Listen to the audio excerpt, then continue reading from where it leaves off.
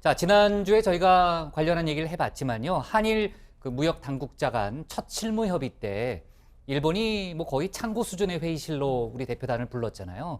대표단이 들어오는데 일어나지도 않고 뭐 주변에 뭐 지저분한 뭐 청소도 제대로 안 돼 있는 그런 방에서 회담을 가졌는데 조금 전에 이제 영상을 보면 고노 외무상도 외교적으로 상당히 무례한 그런 태도를 보였다는 비판에 뭐 휩싸일 수밖에 없고, 물론 이제 본인이 일부러 그랬겠죠. 그렇죠. 다 그걸 이용했다고 볼 수 있는 거고, 비공개 대화가 끝난 직후에 고노 외무상이 바로 담화를 발표했죠. 네, 그렇습니다. 고노 외무상 1965년 체결한 한일 청구권 협정을 거론하면서 청구권에 관한 문제는 완전히 최종적으로 해결됐다라면서 우리 대법원의 배상 판결이 청구권 협정 위반했다라고 주장했습니다.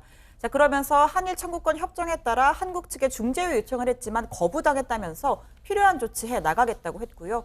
또 우리 정부를 향해서 국제법 위반 상태 해소를 위한 구체적인 조치를 재차 강력히 요구한다라고도 했습니다. 자, 그러니까 뭐 2019년판 고노 담화라고 좀 이름을 붙여볼 수 있을 것 같은데, 사실 뭐 저나 신반장은 잘 모르지만 1993년도에도 고노 담화가 있었죠, 국장.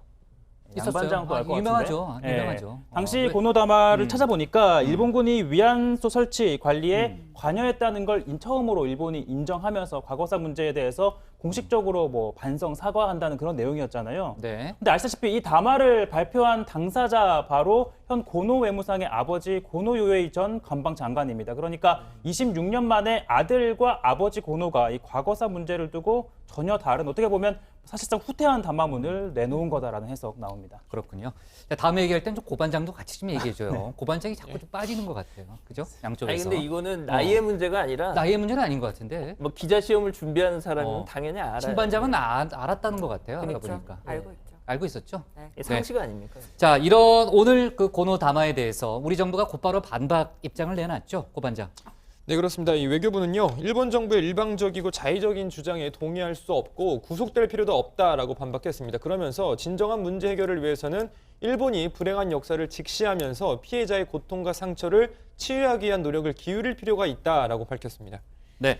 청와대도 김현종 국가안보실 2차장이 오후 3시에 기자회견을 열고 일본의 주장에 대해서 적극적으로 반박했죠. 네, 한국이 국제법을 위반하고 있다라는 일본의 주장에 대해서 김현종 차장은 우리 대법원은 한일 청구권 협정이 강제징용자에 대한 반인도적 범죄를 포함하지 않았다라고 판단했다면서 사실과 다르다고 반박했습니다. 아울러서 이 강제징용 문제 해결을 위해서 일본 측과 외교 채널을 통한 협의를 지속해 왔는데 이 같은 노력이 끝나기도 전에 일본이 일방적으로 수출 규제 조치를 취했다면서 오히려 국제법을 위반한 건 일본이라고 지적했습니다.